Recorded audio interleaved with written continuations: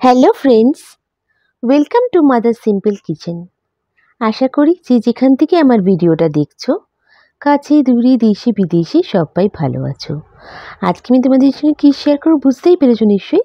হ্যাঁ, এটা flower pot তোমরা দেখতে পাচ্ছ, কিন্তু এটা এডিয়েবল চকলেট ফ্লাওয়ার পট। চকলেট তো সবার ফেভারিট, বলো ছোটো বড়ো সবার ফেভারিট। এখানে আমি একটা বড়ো চকলেট নিয়েছি, তোমরা যে কোনো একটা চকলেট বার নিতে পারো। নিয়ে এটাকে চপ করে আমাদের মেল্ট করে নিতে হবে। তোমরা মাইক্রোওয়েভেও মেল্ট করতে পারো বা এমনি গ্যাসেও মেল্ট করতে পারো। আমি এখানে একটা কড়াইয়ের মধ্যে জল দিয়ে আমি চকলেটটাকে মেল্ট করে নিচ্ছি। চকলেটটা খেয়াল রাখতে হবে যাতে ভালো করে মেল্ট হয়, আর কনস্ট্যান্ট নাড়তে হবে যাতে চকলেটটা পুড়ে না যায়। আমি এখানে পেপার কাপ নিচ্ছি। পেপার কাপটা ইজিলি রিমোল্ড করা যাবে খুব সহজেই। তোমরা চাইলে যে কোনো অন্য প্লাস্টিক কাপও নিতে পারো, কিন্তু একটু প্রবলেম হতে পারে।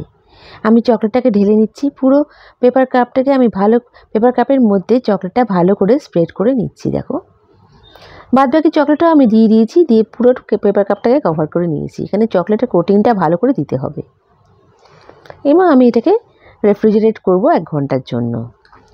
এবার আমি একটা ওরিও বিস্কিটের প্যাকেট নিয়েছি, 10 টাকা একটা ছোটো প্যাকেট। তোমরা চাইলে যে কোনো অন্য চকলেট বিস্কিটও নিতে পারো। আমি এটাকে হালকা ক্রাশ করে নিয়েছি। তারপর আমি এটা মিক্সিতে এটাকে পুরো গ্রাইন্ড করে পাউডার করে নিচ্ছি। এটা আমার রেসিপিতে পরে লাগবে। দেখো, আমি পাউডার করে নিয়েছি খুব সুন্দর করে। এটা আমি ঢেলে রাখছি। এরপর দেখো, আমার চকলেট যে কাপটা বাটিটা আমি বানিয়েছি ফ্লাওয়ার পটটা, ওটাকে আমি বার করছি।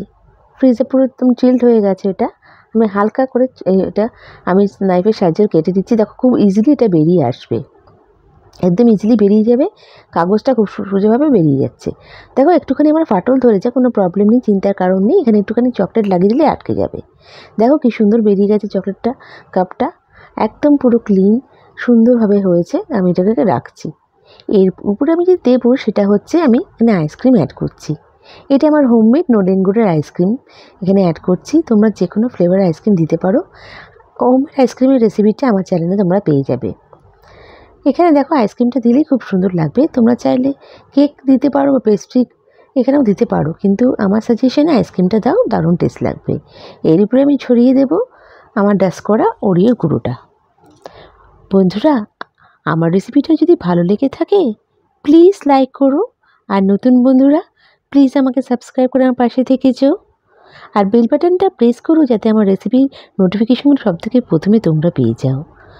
তোমাদের এক একটা লাইক কমেন্ট আমাকে মোটিভেট করে নতুন নতুন রেসিপি নিয়ে আসার জন্য। সো প্লিজ আমার পাশে থেকো। দেখো, আমি এখানে একটা ছোট্ট প্ল্যান্ট মতন লাগিয়ে দিচ্ছি, একটা ছোট্ট পাতা লাগিয়ে দিচ্ছি জাস্ট ডেকোরেশনের জন্য। মিন্ট লিফ লাগাতে পারো। এখানে আমি একটা তুলসী লিফ লাগিয়েছি, জাস্ট এটা শোয়ের জন্য, বা ছোটো একটা ফ্লাওয়ারও দিতে পারো। দেখো, পুরো রেডি।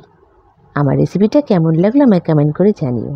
নেক্সট রেসিপি নিয়ে আবার হাজির হয়ে যাব। তোমরা সবাই ভালো থেকো, সুস্থ থেকো।